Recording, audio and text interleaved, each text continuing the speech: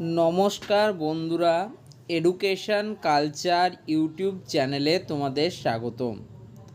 তো আজ সকালে অর্থাৎ 15 তারিখ সকালের দিকে আমি কিন্তু তোমরা কিভাবে চয়েস ফিলিং করবে, সেকেন্ড ফেজ চয়েস ফিলিং যে প্রসেস চলছে তার জন্য সেটা সম্বন্ধে স্টেপ বাই স্টেপ বলে দিয়েছি।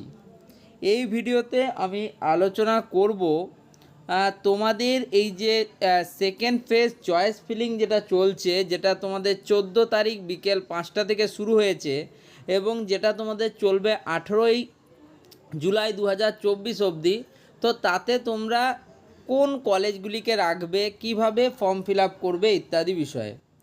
তো তোমরা অলরেডি কিন্তু জেনে গিয়েছো যে তোমাদের এই যে সেকেন্ড ফেজ চয়েস ফিলিংয়ে যখনই তোমরা অংশগ্রহণ করবে তখনই তোমরা দেখবে যে সেখানে কিন্তু তোমরা নিজেদের কলেজ দেখতে পাবে যে কোন কলেজে কটি সিট এখনও ভ্যাকেন্ট পড়ে আছে।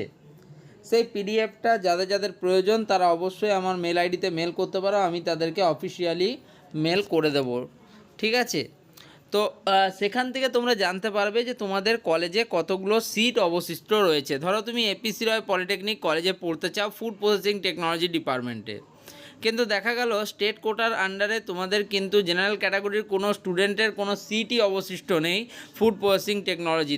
তাহলে সেক্ষেত্রে তোমরা কিভাবে অ্যাডমিশন নিতে পারবে বা চয়েস ফিলিং করেও তোমার কি আদৌ কোনো লাভ হবে, এই জিনিসগুলো কিন্তু ভাই তোমাদেরকে জানতে হবে। দেখো, পশ্চিমবাংলায় কিছু কলেজ রয়েছে, যেমন রামকৃষ্ণ মিশন শিল্পপিঠা হলো, এপিসি রয় পলিটেকনিক হলো। তো এরকম কিছু পলিটেকনিক কলেজগুলি রয়েছে যাদের কিন্তু ডিস্ট্রিক্ট কোটার সিস্টেম সেখানে ফলো হয় না। সেক্ষেত্রে তোমাদের স্টেট কোটার আন্ডারে যে কটা সিট আছে সেই সিটের ওপরেই তোমাদের কাউন্সিলিং হবে। তো তাই তোমাদের সেক্ষেত্রে ডিস্ট্রিক্ট কোটা তুমি পাবে না।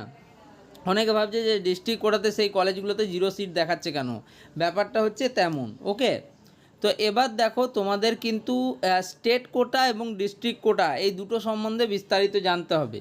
তোমাদের 50% সিট রয়েছে স্টেট ক্যাটাগরি স্টুডেন্টদের জন্য স্টেট কোটা সিস্টেমে, এবং 50% সিট রয়েছে তোমার হোম ডিস্ট্রিক্ট এবং তোমার স্কুলিং ডিস্ট্রিক্ট যদি এক হয় সেক্ষেত্রে ডিস্ট্রিক্ট কোটার সুবিধা তুমি পাবে। ওকে, এবার আসি তোমাদের ব্যাপারগুলো বলি। তো তোমাদের ফার্স্ট ফেজ যখন মেরিট লিস্ট পাবলিশ হয়েছিল তখন তোমাদের 45,502 জন স্টুডেন্ট কিন্তু তোমাদের জেক্সপোতে তাদের মেরিট র্যাঙ্ক পাবলিশ হয়েছিল। এর পরবর্তীকালে যখন তোমাদের সেকেন্ড ফেজের মেরিট লিস্ট পাবলিশ হলো তখন দেখা গেল যে প্রায় 48,000 মানে কিছু স্টুডেন্ট কিন্তু সেখানে এনরোল হলো, অর্থাৎ তাদের র্যাঙ্ক পাবলিশ হলো। এবার ভোকলেটের ক্ষেত্রে যদি বলি, তো ভোকলেটের ক্ষেত্রে তোমাদের প্রারম্ভিক ক্ষেত্রে প্রায় 13,000 কিছু স্টুডেন্ট ছিল এবং পরবর্তীকালে আরও 842 জন মতো স্টুডেন্ট নতুনভাবে ফর্ম ফিল আপ করলো। অর্থাৎ দেখতে গেলে তোমার কম্পিটিশানটা যেটা সেটা কিন্তু অনেকটা বেড়ে গেল অ্যাজ কম্পেয়ার টু আগের র্যাঙ্ক কার্ডে, মানে র্যাঙ্কের হিসেবে তোমাদের কলেজ পাওয়ার প্রবাবিলিটি এবং বর্তমান র্যাঙ্কের ক্ষেত্রে কলেজ পাওয়ার প্রবাবিলিটি কিছুটা কমলো তোমাদের।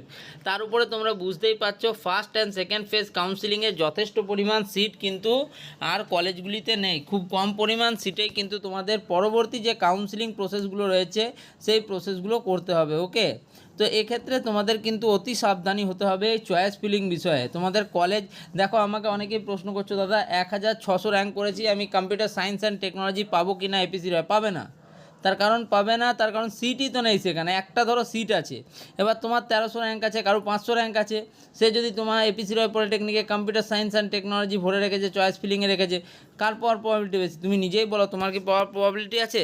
তো এরকমভাবে কখনোই বলে দেওয়া যায় না যে তুমি পাবে না বা তুমি পাবে।